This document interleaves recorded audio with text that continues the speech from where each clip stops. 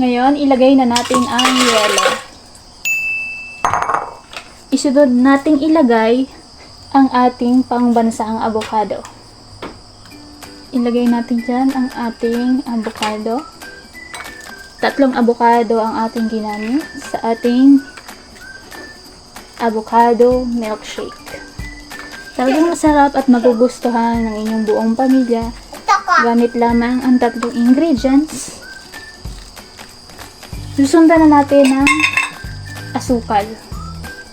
Lalagyan natin ng tansyahan na asukal kung gaano katamis yung gusto mo. Next natin ilalagay ay ang pangbansang gatas. Bear Brand. Ha?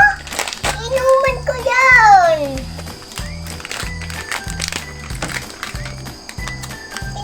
Ilagay na natin ang gatas. Inuman ko yan, Mami! Depende kung gaano kadaming gatas Mami, gusto kong inuman. para masarap. Inom ako. Siyempre, tatakpan na natin yan.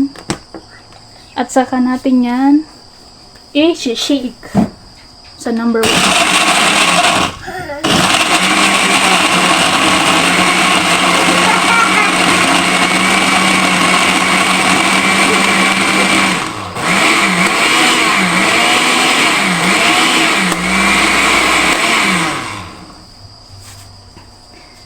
At saka natin hahaluin kasi namuumo pa yung yelo. At shake ulit natin ng ilang segundo.